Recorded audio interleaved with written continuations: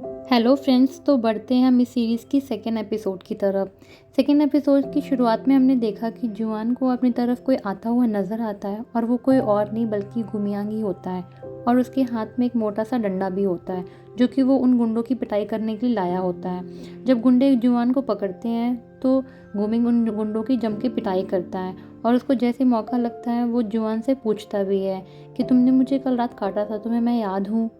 उसकी बात सुन कर के जुआन कल रात का सीन याद करने लगती है और उसे याद आता है कि कल रात उसने किसी इंसान को बाइट किया था। और उसके बाद गुंडे फिर से अटैक करते हैं तो गुमिंग उन गुंडों की जम के पिटाई करता है और उनको वहाँ से भगाता है। उसके बाद वो फिर से जुआन से पूछता है कि तुम्हें मैं याद आया, मैं कल रात, मेरा नाम गुमिंग है और तुमने मेरे हाथ में बाइट किया था सेल्फ डिफेंस में, और मैं जानता हूँ कि तुम बोल नहीं सकते हो लेकिन मुझे तुमसे कुछ बात करनी है, तो क्या हम लोग कहीं और जाके बात कर सकते हैं। इसके लिए जुहान भी तैयार हो जाती है और वो उसके साथ चल पड़ती है। फिर नेक्स्ट सीन में हम देखते हैं कि वांगली उन गुंडों पे गुस्सा करती है कि तुम लोग बिल्कुल निकम्मे और किसी काम के भी नहीं हो।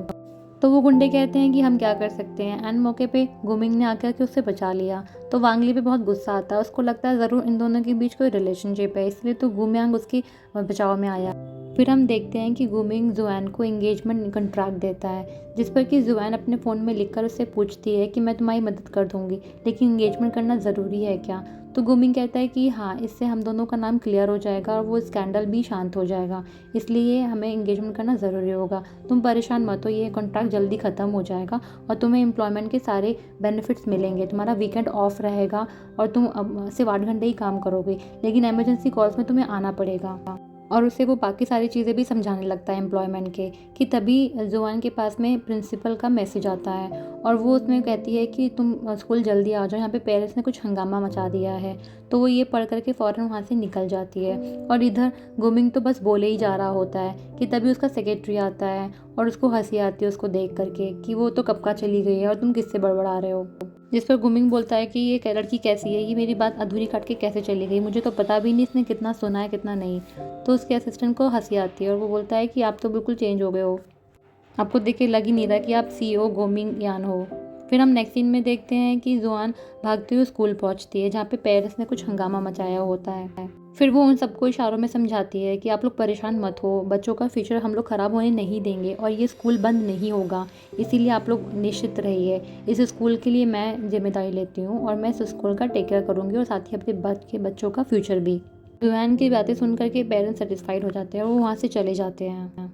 फिर जुआन प्रिंसिपल को बताती है कि मैं अभी तक डैड को मना नहीं पाई हूँ कि वो स्कूल ना बेचे, इसलिए प्रॉब्लम अभी तक सॉल्व नहीं हुई है। तो प्रिंसिपल बोलती है कि लेकिन तुमने तो पेरेंट्स से प्रॉमिस कर दिया है, अब बात कैसे संभालेंगे। तो जुआन कहती है आप परेशान मत होइए, मैं कुछ ना कुछ रास्ता ज़रूर निकालूंगी और स्कूल को बेचने नहीं दूंगी। फिर नेक्स्ट सीन में जुआन घर पहुंचती है और वो घर पहुंच के बहुत परेशान होती है कि वो कैसे अपने डैड को मनाएगी कि वो स्कूल की लैंड को ना बेचे। अगली सुबह वो गुमिंग के घर पहुंचती है। गुमिंग उसको देख करके शॉक होता है और वो कहता है कि कल रात तुम तो बिना बताए चली गई थी, तो मुझे लगा शायद तुम कॉन्ट्रैक्ट साइन नहीं करोगी। तो जिस पर कि जुआन बोलती है कि कुछ इमरजेंसी आ गई थी जिसकी वजह से मुझे जाना पड़ा था, लेकिन अब मैं कॉन्ट्रैक्ट साइन करने के लिए रेडी हूँ। तो गुमिंग बहुत खुश हो जाता है, वो बोलता है कि ये ऑफ़र है ही इतना अच्छा।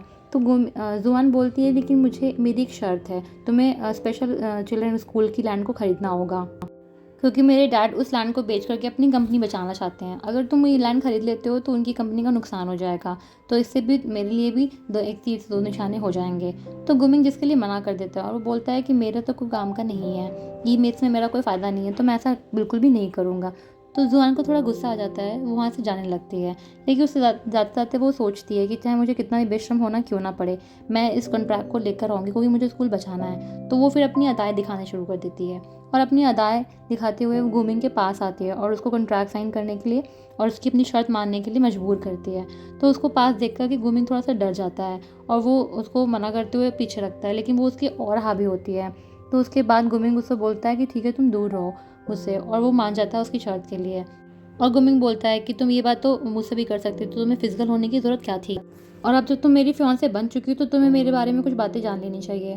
कि पहली चीज़ कि तुम मुझे पसंद नहीं है कि मेरे करीब कोई भी आए, तो जो भी तुम हरकत कर रही थी फ्यूचर में ध्यान रखना कि कभी ऐसी कोई हरकत ना होनी चाहिए। दूसरी ये कि मुझे सडन चेंज ऑफ बिहेवियर बिल्कुल पसंद नहीं है, या मुझसे बिना पूछे तुम कोई काम करो जो मुझे समझ में ना आए, तो इसलिए मुझे पहले से तुम बता के चलोगी। तीसरी चीज़ ये कि मैं तुम्हें 100 में से पॉइंट्स दूंगा, तो अगर तुम अच्छा परफॉर्म करती हो तो ठीक है, अगर नहीं तो मैं तुम्हारी जो शर्त है लैंड खरीदने की वो उसको भूल जाना। और जब कभी हम पब्लिकली होंगे तो तुम मेरे 20 सेंटीमीटर की दूरी पे मेरे साथ रह सकते हो, लेकिन उससे ज़्यादा करीब मत आना। और साथ ही तुम्हें इसी घर पे रहना होगा जब तक कि तुम मेरी फेक फियांसे हो। और जाते जाते वो ये भी बोलता है कि तुम्हें मेरे कमरे में आना अलाउड नहीं है, इसलिए ध्यान रखना कभी मेरे कमरे में गलती से आ मत जाना। और ये कह करके वो वहाँ से अपने कमरे की तरफ चला जाता है। जुयान भी सोच रही होती है कि कैसे पागल से पाला पड़ गया है मेरा। और इधर कमरे में आने के बाद गोमिंग भी बहुत ज़्यादा वियर्ड फील कर रहा होता है कि वो किस तरह से रूड हो रहा था उससे, और उससे हंसी भी आती है। और तभी उसके ग्रैंडपा का फ़ोन आता है। वो फ़ोन रिसीव करके ग्रैंडपा से बात करने लगता है कि थोड़ी देर के बाद ही उसकी डोर पे नॉक होता है, और वो देखता है कि वहाँ पे जुयान आती है। तो वो उस पर गुस्सा करता है कि तुमको मैंने मना किया था कि तुम्हें मेरे कमरे में आने की ज़रूरत नहीं है, तो तुम क्यों आई हो। तो जुयान उससे बोलती है कि मुझे कपड़े चाहिए, मुझे अपने घर जाना होगा, मुझे कपड़े लेने हैं। तो वो मना कर देता है कि तुम अपने घर नहीं जाओगी, और रही बात तुम्हारे कपड़ों की, तो असिस्टेंट शन ले आया है, तुम जाके उससे मांग सकती हो, और उसके तुम्हारे कमरे में है। तो ये सोच उसे गुस्सा आता है जुआन को, लेकिन वो अपने कमरे में आ जाती है। और फिर उसके साथ ही वो प्रिंसिपल को मैसेज करती है कि उसने स्कूल की प्रॉब्लम को सॉल्व कर दिया है, तो अब कोई प्रॉब्लम नहीं है। फिर गुमिंग का वॉइस नोट आता है उसके पास, और वो बोलता है कि तुम कल रेडी रहना, हम लोग को ग्रैंडपा के पास जाना है। जिस पर जुआन को गुस्सा आता है और उसको लगता है कि मैं कहाँ फंस गई हूँ इस कॉन्ट्रैक्ट के चक्कर में। फिर नेक्स्ट सीन में हम देखते हैं कि वो लोग ग्रैंडपा के घर पहुँचते हैं, जहाँ गुमिंग जुआन को अपनी फियांसे बनाकर लाया होता है, और वो अपने सारे रिलेटिव्स उसको मिलवा रहा होता है। वो वहाँ पे पहुँचने के बाद सारे रिलेटिव्स पहले से उनका इंतज़ार करते हैं, तो गुमिंग वहाँ पे सबको इंट्रोड्यूस करवाता है जुआन से। और फिर साथ ही ये सुनने के बाद ग्रैंडपा उसको बोलते हैं गुमिंग से कि तुम साइड में चलो, मुझे तुमसे कुछ बात करनी है। और रिलेटिव्स भी जुआन को देख करके उल्टे सीधे मुंह बना रहे होते हैं। और जाने से पहले गुमिंग जुआन से बोलता है कि अगर ये मेरे रिलेटिव्स है, तुम उनको अच्छे से डील करना, और अगर तुम यहाँ से भागी तो मैं तुम्हारे पॉइंट्स डिडक्ट कर लूँगा, और तुम्हारी जो स्कूल की लैंड है वो भी नहीं खरीदूंगा, इसलिए अच्छा ध्यान रखना, और तुम्हें यहाँ पे डटे रहना है। और वो ये कह करके ग्रैंडपा के साथ चला जाता है बात करने के लिए। ग्रैंडपा उसको बोलते हैं कि तुम्हें दुनिया में सिर्फ यही एक लड़की मिली थी, एक तो ये म्यूट है, और साथ ही उसकी माँ ने भी तुम्हारे डैड को कितना बदनाम किया था पास्ट में, तुम ये सब कुछ भूल गए। जिस पर कि गुमिंग बोलता है कि आप परेशान मत होइए, इससे मेरा कोई लेना देना नहीं है, ये सिर्फ एक कॉन्ट्रैक्ट के थ्रू मेरे साथ है, क्योंकि अभी इस समय कंपनी भी कुछ क्राइसिस से चल रही है, मुझे इसकी डैड की कंपनी को टेक ओवर लेना है, उसके बाद मैं इसको छोड़ दूंगा। तो ग्रैंडपा भी खुश हो जाते हैं, और वो बोलते हैं कि आखिर तुम हो मेरे ही पोते, तो मैं तुम्हारी ये सब कुछ खत्म करने के बाद तुम्हारी एक बहुत अच्छी लड़की से शादी कराऊंगा, तो तुम जल्दी से ये मैटर सुलटाओ और इस लड़की को जल्दी से रफा दफा करो। फिर हम लिविंग रूम का सीन देखते हैं, जहाँ पे रिलेटिव्स जुआन के लिए उल्टी सीधी बातें कर रहे होते हैं। वो बोलते हैं इसमें तो कुछ खास ऐसा भी नहीं है, इतनी सुंदर भी नहीं है, आखिर मिंग को ये पसंद कैसे आ गई। फिर होंगू का सामना एक बार फिर से गुमिंग से होता है, और वो उसको ताने कसता है उसके डैड के लिए, और बोलता है कि तुम मेरे डैड की और उसके लवर की नाजायद औलाद हो। तो फिर उस पर कि गुमिंग बोलता है कि मैं नाजायद औलाद हूँ फिर भी, लेकिन देखो मैं तुम्हारी कंपनी का CEO बन के बैठा हूँ, और तुम्हारे पास आज की डेट में कुछ भी नहीं है। जिस पर कि गुमिंग को बहुत ज़्यादा गुस्सा आता है, और इसी के साथ हमारा ये एपिसोड खत्म होता है। फिर मिलते हैं हम नेक्स्ट एपिसोड में। Bye bye.